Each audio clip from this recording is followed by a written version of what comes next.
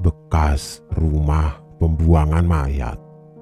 Sebuah cerita horor tentang pengalaman horor di sebuah rumah dinas angker dari akun Twitter @ceritaarwah akan segera Mimin bawakan buat kalian semua. Semoga kalian suka dan terhibur. Betah kerasan di channel spesial horor ini. Buat kalian yang punya pengalaman horor tentang rumah angker khususnya, silahkan berbagi ceritanya di kolom komentar. Selamat menyimak dan salam sehat sukses selalu buat kita semua.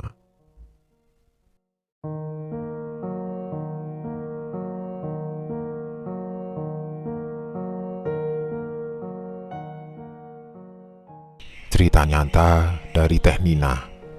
Saat ia berusia 6 tahun, ia bersama dengan mama, ayahnya, dan kakak perempuannya pergi merantau ke Pulau Sumatera, tepatnya di kota Binjai. Di sana, ia tinggal sementara di rumah dinas ayahnya, yang letaknya agak jauh dari keramaian. Berawal dari keanehan kakaknya yang suka berbicara sendiri di hari pertama menempati rumah itu. Akhirnya, sebuah rahasia besar mengenai bangunan rumah dinas tersebut mulai terungkap. Apakah yang akan dialami oleh Teh Nina kecil nanti? Tepat di tahun 1996, ayah Teh Nina, Pak Jainuddin atau akrab disapa Pak Udin, mendapatkan promosi jabatan untuk memegang kantor wilayah cabang di Pulau Sumatera, tepatnya di kota Binjai, Sumatera Utara, selama kurang lebih 5 tahun. Ia pun segera memberitahukan kepada istrinya Bu Kusnirah untuk mempersiapkan kepindahan mereka yang mendadak. Awalnya Bu Kusnirah, Ibu Teh Nina ini sempat menolak keinginan suaminya yang begitu mendadak, karena ia memikirkan bagaimana jika kedua anaknya Yanti berusia 10 tahun dan Nina berusia 6 tahun tidak betah berada di kota yang akan mereka tinggali nanti. "Ayah, apa serius mau pindah ke sana? Kenapa tidak tinggal di Sumedang saja?" tanya Bu Kusnirah. "Ayah sudah bulat keputusannya, Bu. Ini waktu yang ditunggu-tunggu oleh ayah selama ini. Ayah mau menjadi pimpinan di sana, Bu. Gajinya pun 3 kali lipat dibandingkan di Sumedang. Dan di sana sudah dipersiapkan mobil serta rumah dinas untuk ayah, Bu." Mendengar hal tersebut, Bu Kusnirah pun menimbang-nimbang keputusan suaminya itu. Setelah Bu Kusnirah dan Pak Jainuddin berdiskusi, akhirnya mereka sepakat untuk hijrah ke Pulau Sumatera dengan mengajak kedua anaknya. Singkat cerita, sesudah melewati perjalanan panjang sampai dengan kota Binjai, Pak Jainuddin ditelepon oleh seorang utusan dari kantor cabang untuk mengantarkan keluarga Pak Jainuddin ke rumah dinas yang sudah dipersiapkan. "Silahkan masuk, Pak Jainuddin dan keluarga. Selamat beristirahat di rumah dinas ini," ucap Pak Indra sambil menyerahkan kunci rumah dinas ke tangan Pak Jainuddin. "Rumah ini sudah saya bersihkan, Pak, dan apabila ada perlu apa-apa, Bapak bisa hubungi saya. Sekarang saya mau pamit dulu, Pak, kembali ke kantor," ucap Pak Indra dengan agak terburu-buru sambil beranjak pergi. Mereka sekeluarga saat itu tidak merasakan ada sesuatu yang aneh di rumah itu. Namun, kesan awal melihat rumah dinas tersebut ada hawa yang membuat Bu Kusnirah ini tiba-tiba merinding. Oh iya, sedikit gambaran rumah dinas Pak Jainuddin ini. Rumah 2 tingkat, bergaya ala arsitektur Belanda yang letaknya berada cukup jauh dari perkampungan sekitar. Memang terlihat agak sedikit menyeramkan. Apalagi di rumah tersebut dinding cat depan rumahnya sebagian sudah ada yang terkelupas dan berlumut Belum lagi di bagian halaman rumahnya dipenuhi oleh pohon-pohon nangka, menambah kesan seram di rumah dinas yang akan ditempati itu. Setelah Bukus Nirah membenahi barang-barang yang dibawa, ia kemudian duduk-duduk bersantai di ruang keluarga, menonton televisi bersama Yanti dan Nina, sambil menunggu suaminya Pak Jainuddin ini yang sedang mencari makan siang di sekitaran rumahnya. Saat asik bercengkrama dan menonton, secara tiba-tiba Yanti, anak pertama Bukus Nirah, langsung berlari menuju ke lantai 2. Bukus Nirah yang keheranan melihat gelagat anaknya mengikuti Yanti dari belakang sambil memanggil-manggil nama anaknya. "Yanti, Yanti, jangan lari-larian nak, nanti kamu jatuh," ucap Bukus Nirah dari belakang. Yanti kemudian diam terpaku sambil menatap kosong ke sebuah kursi goyang tua yang bergerak-gerak dengan sendirinya. "Yanti, ngapain kamu di sini? Kamu tidak dengar ya dari tadi ibu panggil-panggil?" bentak suara Bukus Nirah sambil memegang pundak Yanti. Yanti seperti terhenyak dan menatap wajah ibunya. "Bu, tadi Yanti melihat seorang anak bule.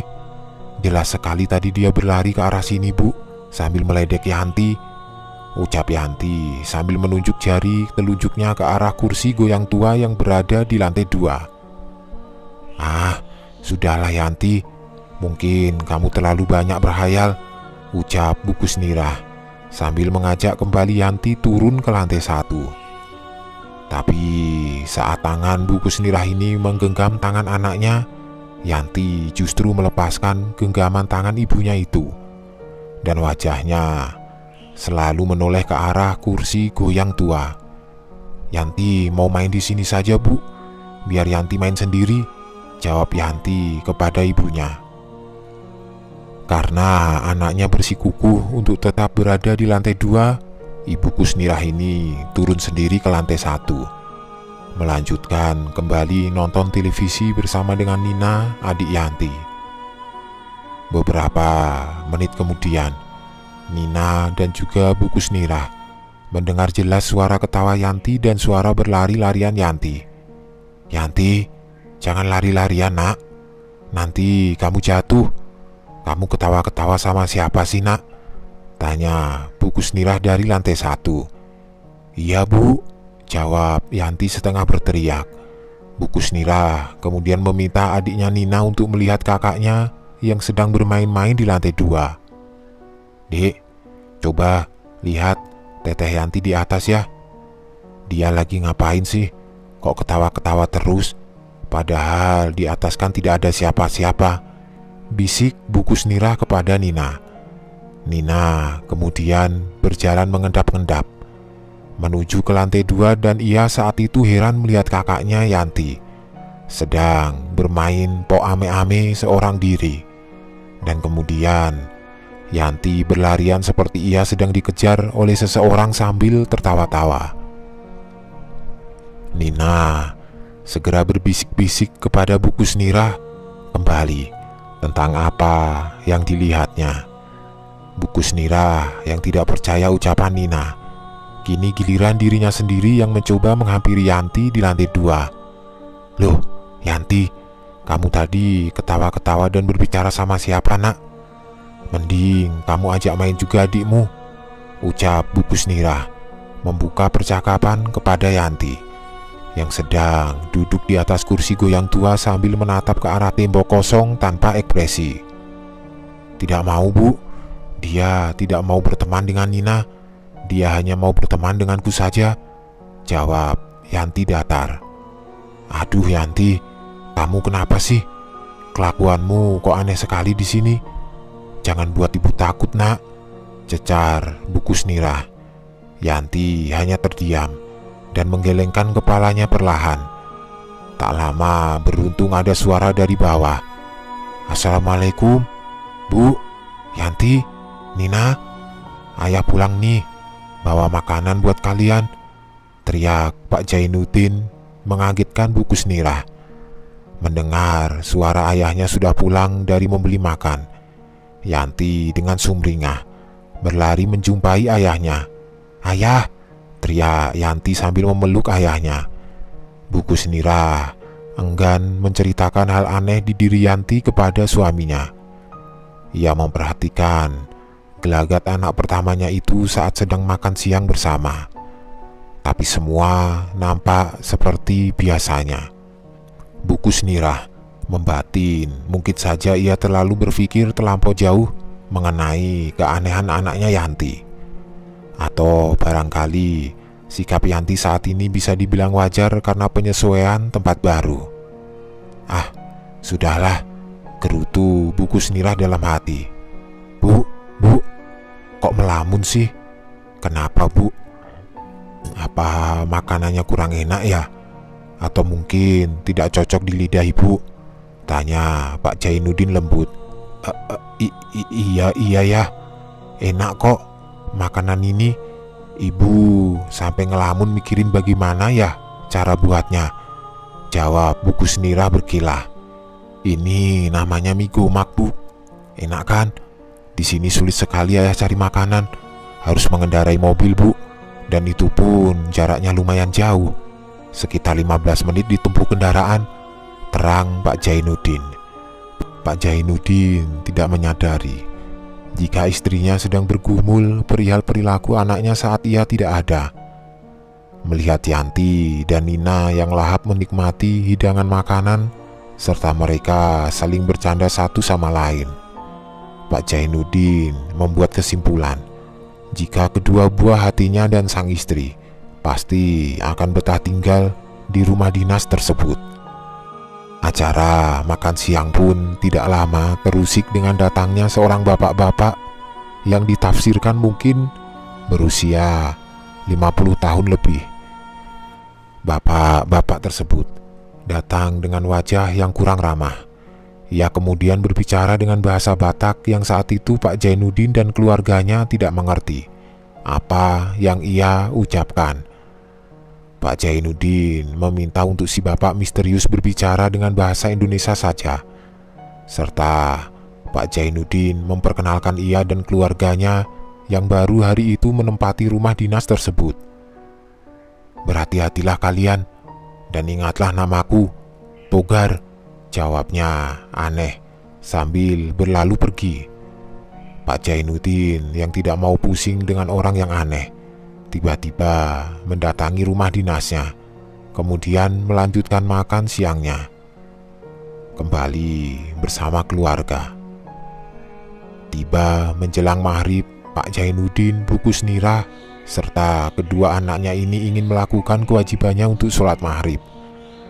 Karena mereka belum tahu di mana arah kiblat di rumah itu, Pak Jainuddin memutuskan untuk memboyong anak istrinya ke surau di kampung terdekat dengan berjalan kaki. Sepanjang perjalanan, menurut Bukus Nirah, di kanan kiri jalan yang masih berbatu itu dihiasi oleh pohon-pohon bambu kuning yang cukup rindang. Ia pun dengan agak kuat mencengkram tangan suaminya dan berjalan agak menunduk. "Ibu kenapa? Kok pegang lengan ayah kuat-kuat begini? Apa ibu takut?" tanya Pak Jainuddin. "Ibu cuma tidak nyaman saja ya dengan lingkungan di sini. Ternyata setelah ibu perhatikan, rumah dinas itu benar-benar berada di ujung sendiri loh ya. Belum lagi lingkungan di sini benar-benar terpencil. Di Sumedang bisa dibilang kampung, tapi di sini lebih kampung lagi. Padahal sudah tahun 1996, tapi rasanya ibu sedang ada di tahun 1970-an saat ibu masih kecil," jawab Bukus Nirah dengan nada bergetar. "Ah, sama saja Bu dengan di Sumedang. Masih banyak pohon-pohon dan banyak kampung juga kok. Cuma memang bedanya kalau di sini rumah dinasnya agak jauh dari perkampungan warga. Mungkin ibu masih kaget saja dengan suasana baru. Nanti juga akan terbiasa Bu. Tuh, lihat, Yanti dan Nina pun sepertinya asik-asik saja mereka tinggal di sini," ucap Pak Jainuddin lembut. Setelah berjalan sekitar 700 meter, akhirnya surau pun terlihat. Keluarga Pak Jainuddin lekas-lekas berwudu dan menunaikan sholat maghrib berjamaah. Begitu selesai sholat, baik Pak Jainuddin dan Bu Kusnirah dihampiri oleh beberapa warga yang mungkin asing dengan kehadiran keluarga Pak Jainuddin. Pak Jainuddin pun memperkenalkan ia beserta keluarganya kepada warga, dan warga sekitar pun terlihat ramah menerima kehadiran keluarga Pak Jainuddin. Namun, wajah mereka perlahan berubah saat Pak Jainuddin menjelaskan jika dirinya bekerja di PT Pancasakti yang bergerak di bidang penyediaan alat berat sebagai manajer cabang baru. "Berarti Wak Udin ini yang saat ini menempati rumah dinas itu?" tanya salah satu warga. "Iya, betul sekali. Kami yang saat ini menempati rumah dinas dari PT Pancasakti," jawab Pak Jainuddin sambil tersenyum. Para warga yang tadinya terlihat ramah mengajak berbicara kini berubah menjadi agak sedikit aneh. Dengan tiba-tiba langsung pamit undur diri dengan tergesa-gesa. Bu Kusnirah yang sedari awal merasa lingkungan barunya itu membuat ia tidak nyaman, ditambah lagi para warga sekitar yang ia anggap agak kurang ramah, lalu mengutarakan kekecewaannya kepada Pak Jainuddin. "Ayah, kenapa tidak bilang sih sama ibu dari awal kalau lingkungan tempat tinggal yang baru akan seperti ini?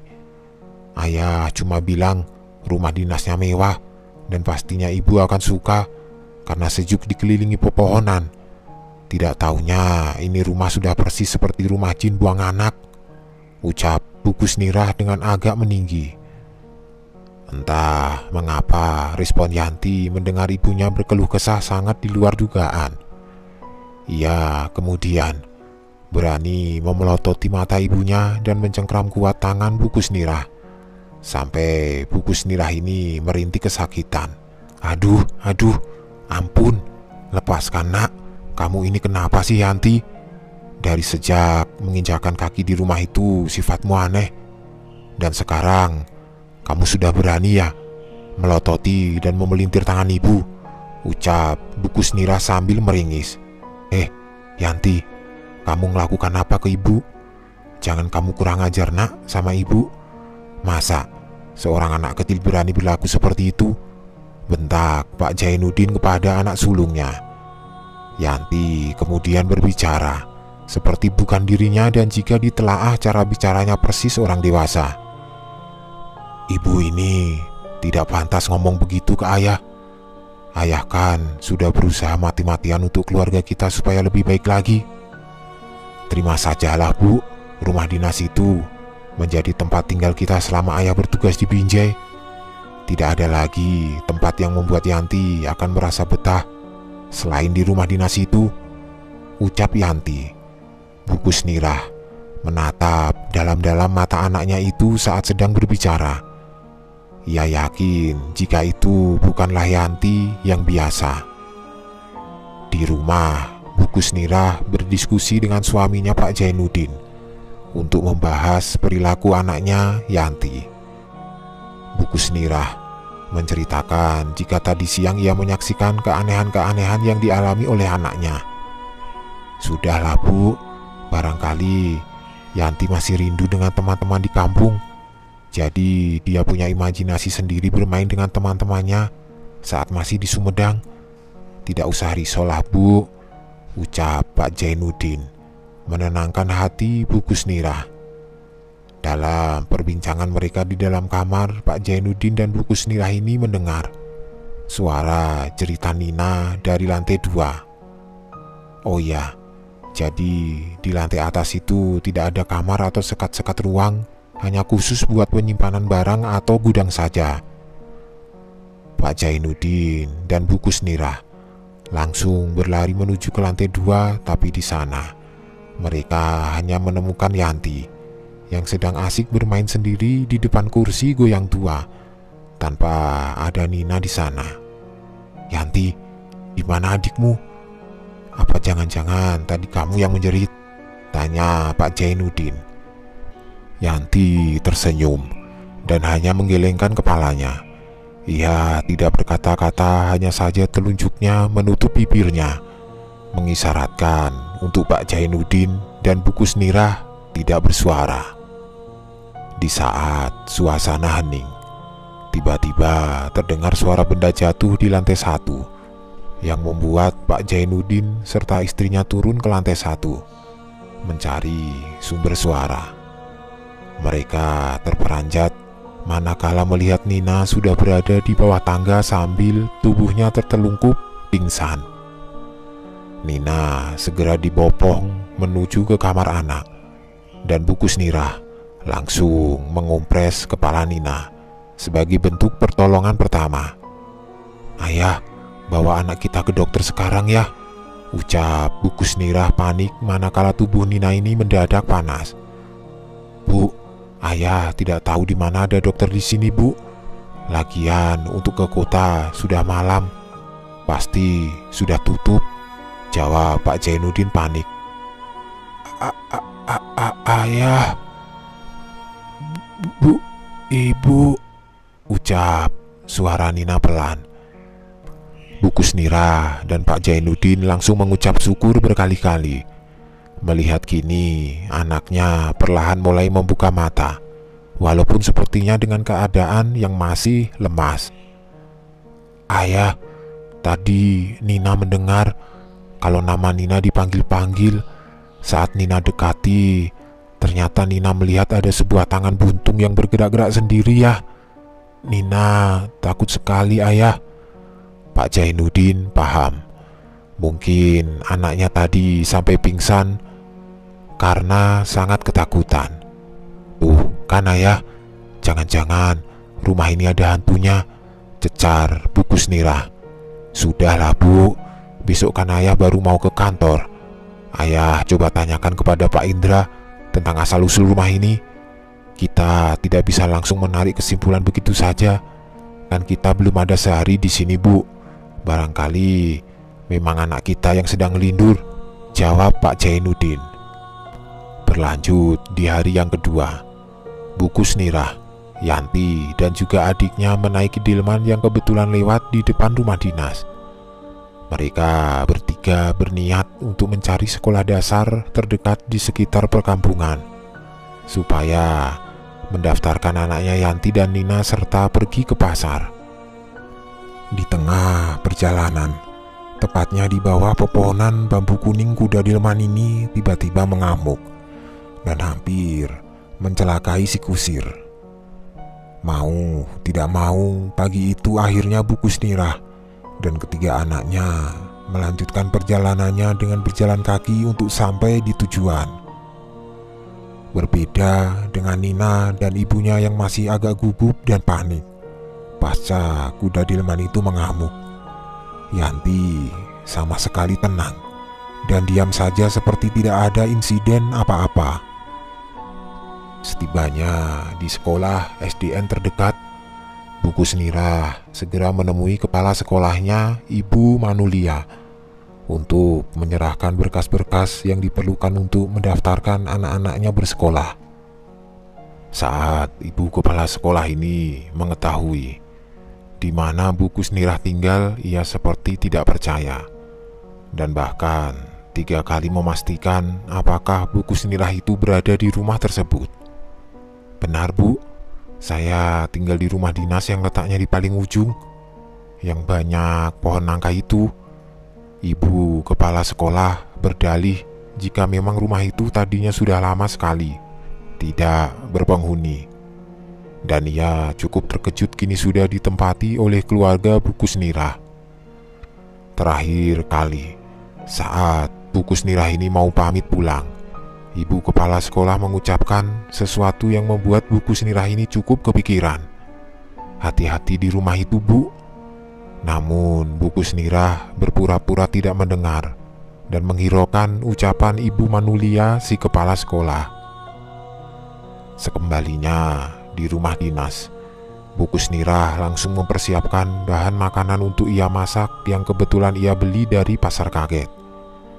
Ketika Bukus Nirah berada di dapur, Ia kaget manakala gelas beling yang berada di atas meja tiba-tiba pecah dengan sendirinya. Berkali-kali ia beristighfar. Ia yakin jika itu adalah sebuah firasat buruk yang akan terjadi. Di sisi lain, suaminya Pak Jainuddin bekerja di hari pertama menjadi seorang pimpinan cabang. Selain kemampuan dan pengalaman beliau dalam mengoperasikan alat-alat berat, Pak Jainuddin pun dikenal sebagai pribadi yang ramah, baik, serta tegas. Tak heran mengapa ia dipercaya atasannya untuk mengemban tugas di luar pulau agar bisa memajukan perusahaan tempat ia bekerja. Saat jam istirahat makan siang, Pak Jainuddin teringat untuk berbicara perihal asal-usul rumah dinas itu kepada Pak Indra. Setahu saya, rumah itu memang sudah ada sejauh sebelum PT ini ada. Awalnya Pak Yasir meminta mantan manajer lama yang bekerja di sini untuk mencari sebuah rumah yang diperuntukkan untuk mes, atau bisa dibilang rumah dinas para karyawan yang kebetulan sebagian besar dari Pulau Jawa. Lalu entah mengapa dan entah bagaimana dipilihlah rumah tua yang saat ini ditempati oleh Pak Jainuddin. Mungkin karena rumah tua harganya murah menjadi alasan Pak Yasir tanpa berpikir panjang membeli rumah itu. Jelas Pak Indra si office boy. Oh iya, tapi begitu rumah dinas itu dipakai para karyawan, beberapa dari mereka memilih untuk mengontrak rumah saja. Dan lama-kelamaan rumah tersebut dibiarkan kosong, tidak berpenghuni, dan ditinggalkan hanya perabotannya saja, sambung Pak Indra kembali. Saat Pak Jainuddin menanyakan alasan para karyawan tersebut meninggalkan rumah dinas itu, Pak Indra hanya menjawab tidak tahu menahu pastinya. Tapi menurut selentingan kabar dari mantan karyawan yang pernah tinggal di sana, rumah dinas itu angker dan berbahaya. Pak Jainuddin seketika teringat akan ucapan istrinya tentang keanehan Yanti dan juga ucapan anaknya Nina, bahkan sampai ia pingsan. Setelah dipikir-pikir, Pak Jainuddin akan mengambil langkah untuk menyembunyikan kepada istrinya kenyataan jika rumah dinas itu angker, supaya istri dan anaknya tidak terlalu kepikiran tentang riwayat rumah dinas angker tersebut. Jika Pak Jainuddin sudah menerima gajian bulan depan, barulah ia akan mengejak keluarganya untuk pindah ke kontrakan baru. Sepulang dari kantornya, Pak Jainuddin melihat rumah dinas itu benar-benar gelap. Ia mengetuk-ngetuk pintu rumah dan memanggil-manggil istrinya, tapi tidak ada jawaban. Setelah beberapa kali ia mengetuk-ngetuk, barulah istri Pak Jainuddin menjawab dari dalam rumah dan segera membuka pintu dengan tangan kanan membawa lilin. "Bu, sejak kapan rumah ini mati lampu?" tanya Pak Jainuddin. "Baru saja ya, tadi pas saya panggil-panggil ibu mendengar kok. Tapi ibu sedang mencari lilin untuk penerangan dan lalu menyalakan api di kompor minyak untuk membakar lilin tersebut," jawab Bu Kusnira. Pak Jainuddin dan keluarga kecilnya lalu menikmati makan malam dengan hanya ditemani penerangan cahaya lilin yang redup. Saat mereka sedang menikmati makan malamnya, dari luar rumah ada suara langkah kaki baris berbaris dan jelas terdengar suara komando prajurit. Langkah kaki itu seperti terus berputar-putar mengelilingi rumah dinas tersebut, pada akhirnya menghilang dengan sendirinya. Kini giliran Pak Jainuddin yang perasaannya tidak tenang. Ia kepikiran akan cerita Pak Indra jika benar adanya rumah dinas itu berhantu. "Ya, kok ibu tidak nyaman ya berada di sini?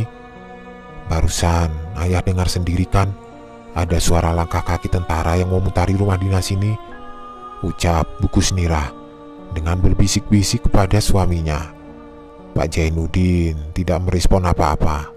Ia bingung bagaimana caranya menyampaikan kepada sang istri kenyataan dari rumah angker itu. Sesudah makan malam, beruntunglah lampu di rumah dinas Pak Jainuddin menyala kembali.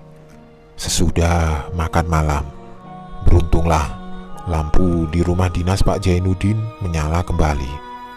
Alhamdulillah, sudah menyala kembali, ucap Pak Jainuddin. Ia segera beranjak ke kamar mandi untuk mandi.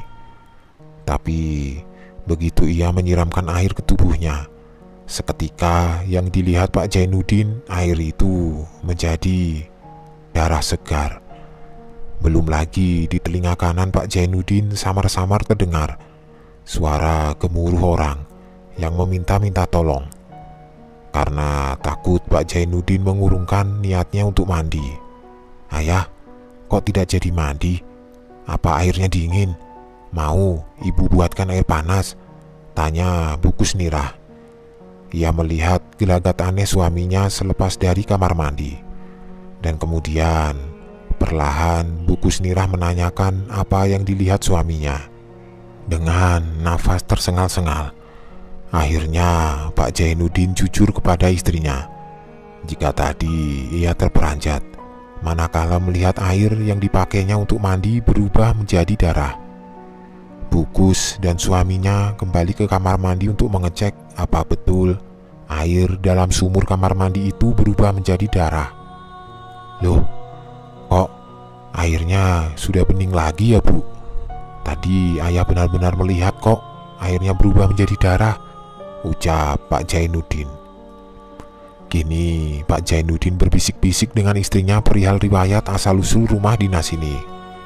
Ia meminta untuk istrinya sabar tinggal di rumah angker tersebut sebulan lamanya, sampai Pak Jainuddin telah mendapatkan gaji. Pak Jainuddin berjanji untuk segera memboyong keluarganya pindah. "Ya sudahlah ya, mau bagaimana lagi, namanya sudah terlanjur kita menempati rumah ini.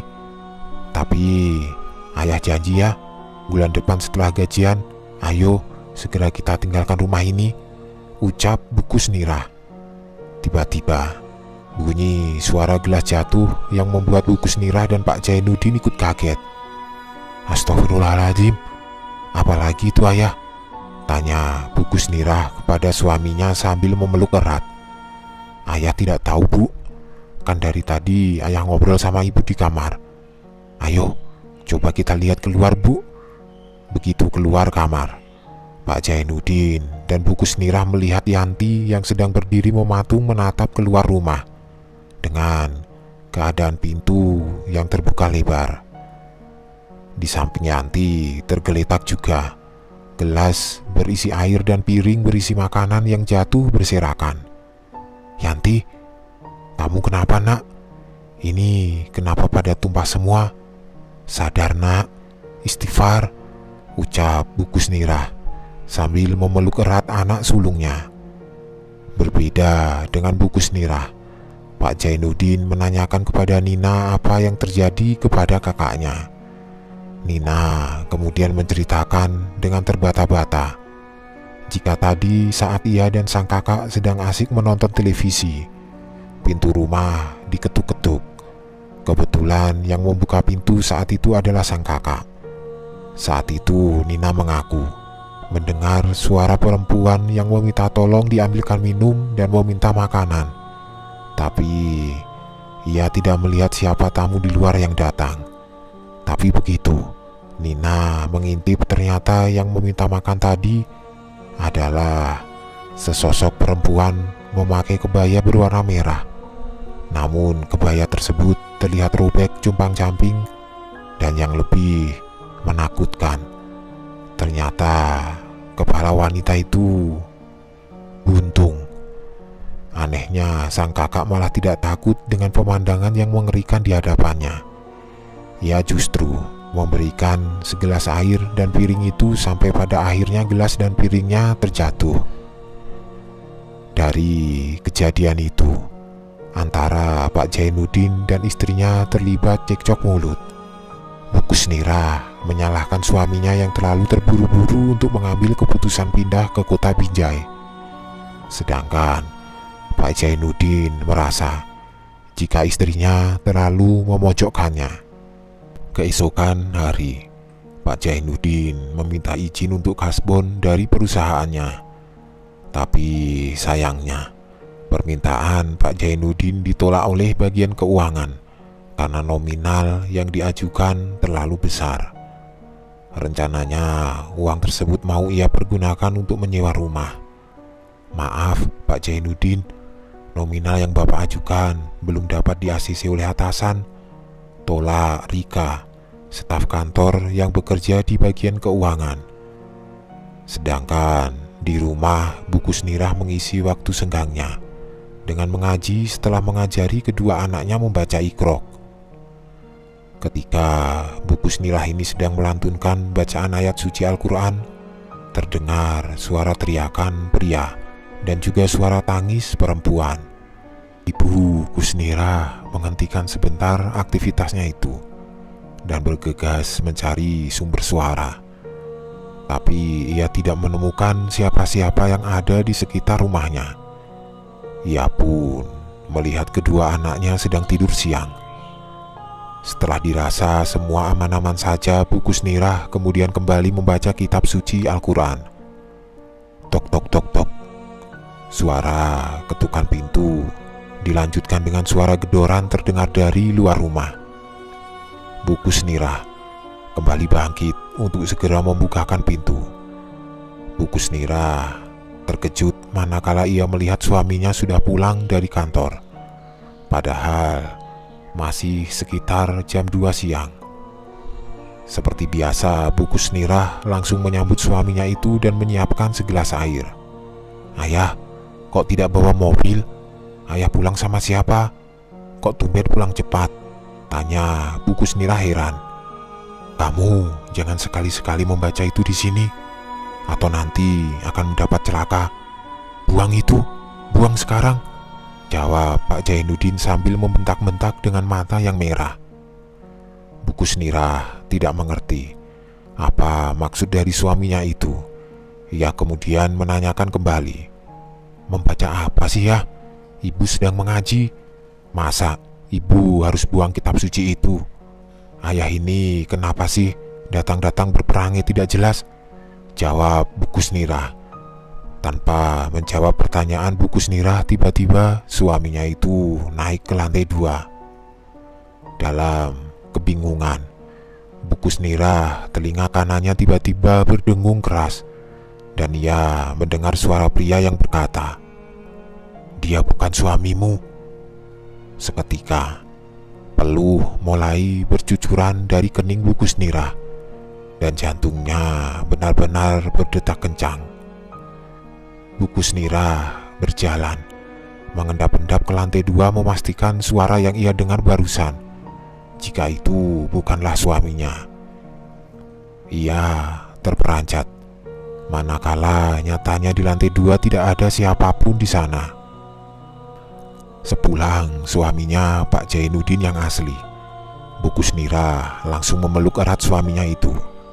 Bu Kusnirah menceritakan bagaimana perasaannya saat tadi siang ia menjumpai sosok yang menyerupai Pak Jainuddin. Mendengar hal tersebut, Pak Jainuddin menitikkan air mata. Ia merasa sangat amat bersalah telah membawa keluarga kecilnya ke sebuah rumah angker. Ia pun menjelaskan jika saat di kantor tadi ia sudah mencoba mengajukan pinjaman tapi tidak disetujui. Mau tidak mau, ia sekeluarga harus menempati rumah dinas tersebut sampai Pak Jainuddin gajian. Waktu bergulir begitu cepat, sampai tiba saat malam hari Ibu Kusnirah yang terbangun karena ingin buang hajat. Tiba-tiba langkah kakinya terhenti di ruang keluarga. Ia agak kaget melihat anaknya Yanti sedang menonton televisi sendirian. Dengan keadaan televisi menyala namun tidak ada tayangan. Oh ya, namanya tahun 96. Saat itu televisi selesai acara sampai jam 11 atau 12. Sisanya warna abu-abu semut. "Nak, kamu ngapain malam-malam begini malah nonton TV? Kan tayangannya sudah habis. Sekarang ayo kembali ke kamar ya, tidur lagi," "Matikan TV-nya, Nak," ucap Bu Kusnirah sambil mematikan televisi dan menggandeng tangan anaknya. Saat Bu Kusnirah menggandeng tangan anaknya, rasanya tangan Yanti ini benar-benar dingin. Ia berjalan menuju ke kamar anak, tapi begitu pintu terbuka matanya benar-benar terbelalak saat ia melihat Yanti, anaknya, sedang tertidur pulas bersama Nina, adiknya. Sontak saja Bu Kusnirah melihat sosok yang menyerupai anaknya tersebut, dan kini sosok itu berganti menjadi sesosok tangan manusia tanpa tubuh. Bu Kusnirah lalu menjerit sekuat tenaga. Spontan, kedua anak Bu Kusnirah beserta suaminya langsung terbangun mendengar suara jeritan Bu Kusnirah. "Bu, Ibu, kenapa kok malam-malam malah teriak-teriak di kamar Nina dan Yanti?"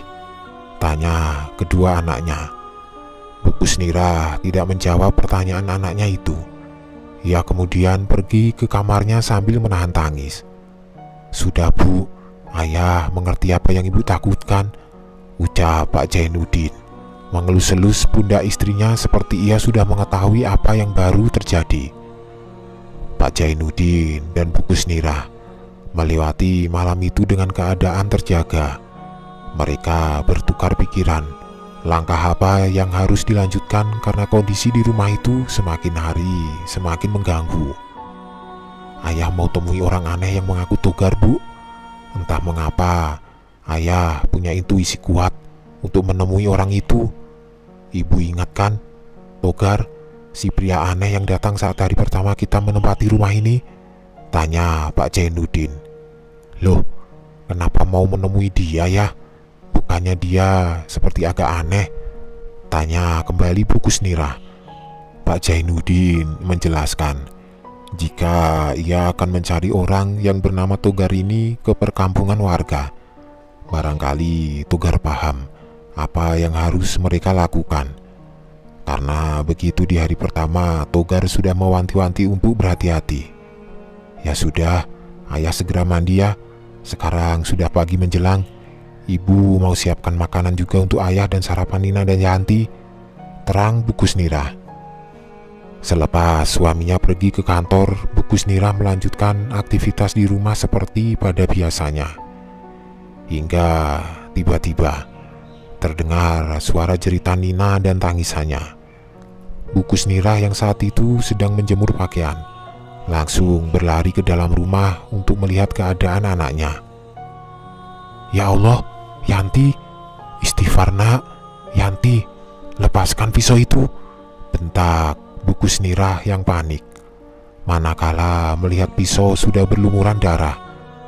Bukannya sadar, Yanti malah mengejar adiknya Nina sambil berkali-kali mencoba untuk menghunuskan pisau dapur di tangannya sambil tertawa-tawa cekikikan. Merasa ada yang tidak beres, Bu Kusnirah berinisiatif langsung menggendong Nina, adiknya yang menangis, keluar dari rumah itu. Perasaan Bu Kusnirah benar-benar sudah kalut. Sepanjang perjalanan ia pun menangis sambil berteriak-teriak mencari pertolongan. Karena anaknya Nina, tangannya terus mengeluarkan darah terkena sabetan pisau kakaknya Yanti. Beruntunglah saat itu tidak lama kemudian datang delman yang sedang lewat. Bu Kusnirah segera membawa anaknya ke puskesmas terdekat, dan Nina segera diberi pertolongan. Ada sedikit rasa lega di hati Bu Kusnirah, tapi di sisi lain ia masih terus memikirkan Yanti yang masih berada di rumah itu. Bu Kusnirah kemudian teringat akan ucapan suaminya untuk mencari Pak Togar. Melalui bantuan warga sekitar, Bu Kusnirah akhirnya berhasil menemukan kediaman Pak Togar. Secara kebetulan, ternyata Pak Togar ini adalah suami dari Ibu Manulia, si kepala sekolah. Pantas saat Bu Kusnirah mendaftarkan kedua anaknya bersekolah, Ibu Manulia seolah tidak percaya jika Bu Kusnirah tinggal di rumah itu, dan ia menasihati untuk berhati-hati. Dengan bercucuran air mata, Bu Kusnirah meminta supaya Pak Togar membantu anaknya Yanti yang saat ini masih berada di rumah dinas angker. Tidak ada yang bisa diperbuat. Segera tinggalkan rumah itu. Akan ada jiwa yang terenggut jika kalian menempati rumah itu terlalu lama, ucap Togar. Togar kemudian mengambil sebuah jimat dan kembali bersama Bu Kusnirah ke rumah dinas. Sedangkan Nina ia titipkan sementara di rumah Pak Togar. Setibanya di sana, Bu Kusnirah memanggil-manggil nama anaknya, tapi tidak ada jawaban. Ia dan Pak Togar kemudian berlari menuju ke lantai 2, di mana biasanya Yanti menghabiskan waktunya. Dan benar saja dugaan Bu Kusnirah. Ia melihat anaknya sedang duduk di kursi goyang sambil tatapan matanya kosong. Pak Togar segera mengalungkan jimat yang ia bawa di leher Yanti. Dan seketika, Yanti jatuh pingsan. "Cepat, pergi dari sini. Bawa barang-barang kalian dari sini dan jangan pernah kembali lagi," ucap Pak Togar memberikan instruksi.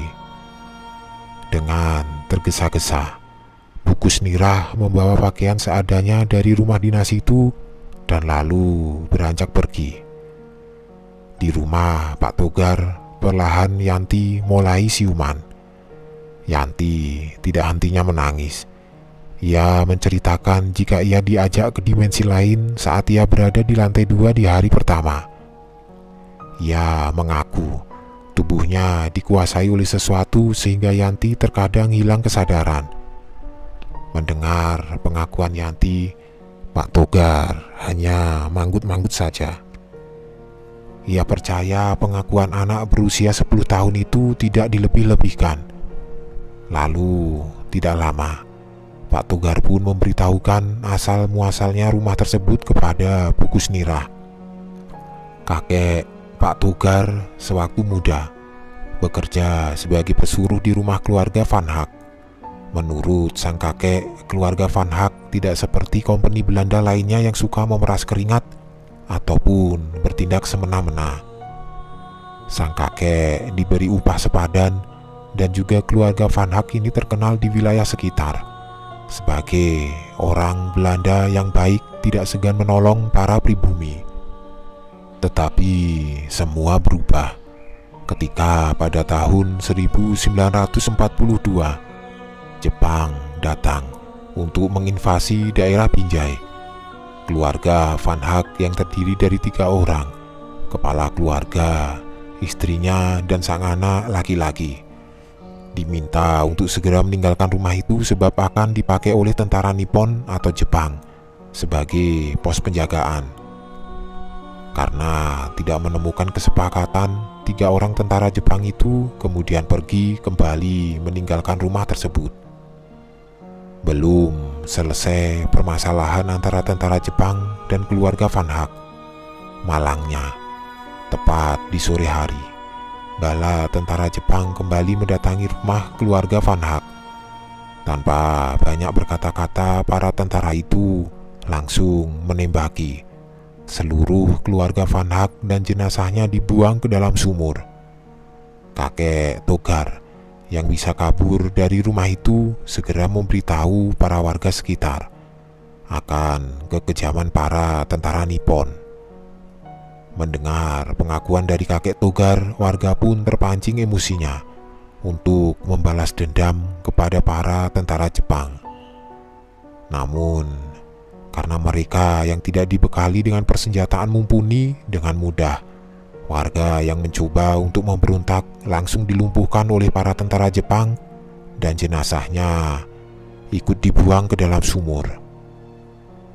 Tidak sampai di situ saja, rumah itu bahkan dijadikan tempat pelampiasan nafsu bejat tentara Jepang. Beberapa warga perempuan diangkut dan disekap di sana dijadikan budak. Mereka disiksa dan tidak diberi makan sampai akhirnya meninggal karena malnutrisi. Setiap hari pasti ada saja jerit tangis dan minta tolong dari rumah tersebut. Dan kemudian tidak lama suara itu hilang.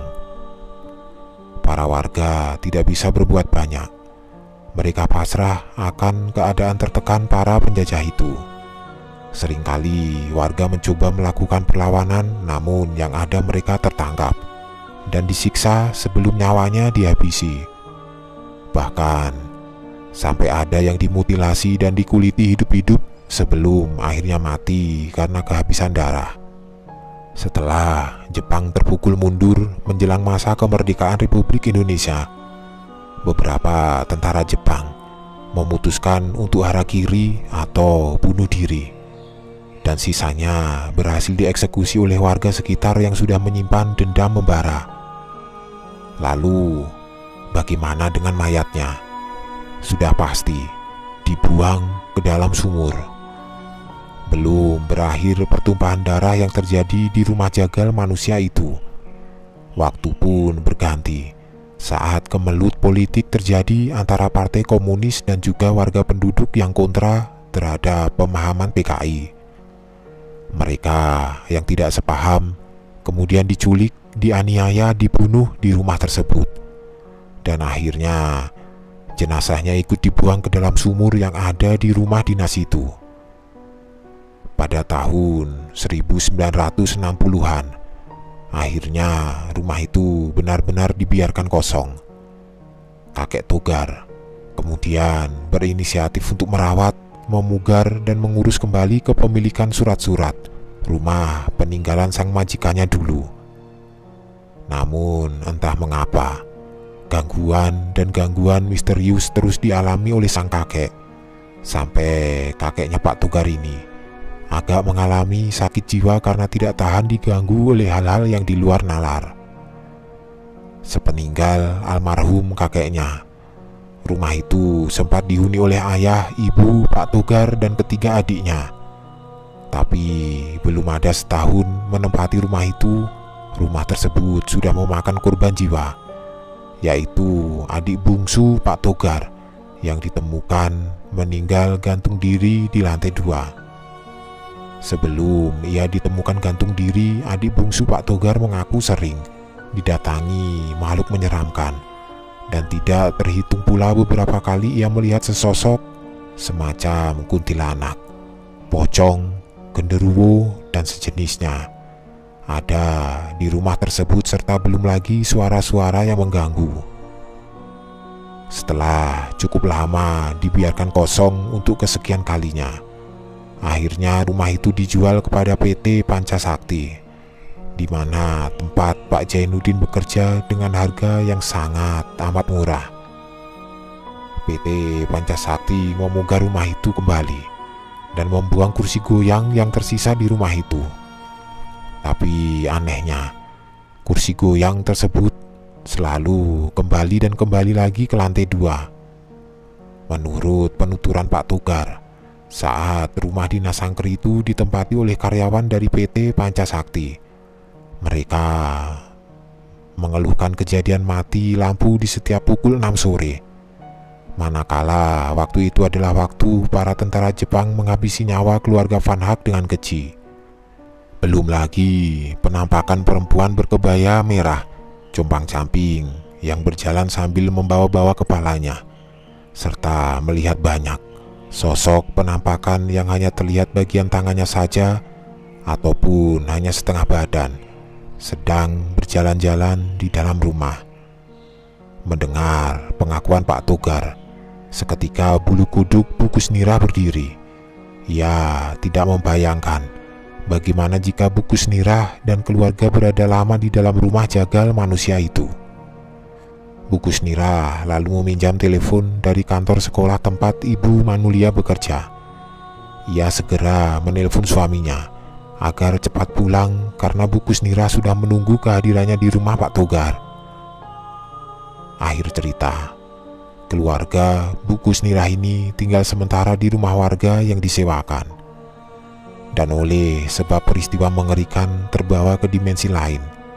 Yanti, anak sulung Bukus Nira serta Pak Jainuddin, tidak sengaja mata batinnya terbuka, sehingga mau tidak mau ia bisa melihat makhluk-makhluk halus, bahkan bisa berkomunikasi dengan mereka sampai dengan hari ini.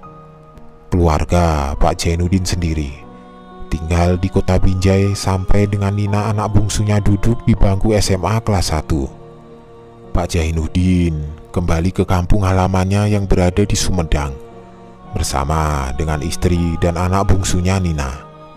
Sedangkan sang kakak Yanti memilih untuk tetap tinggal di Binjai dan menikah dengan orang asli sana.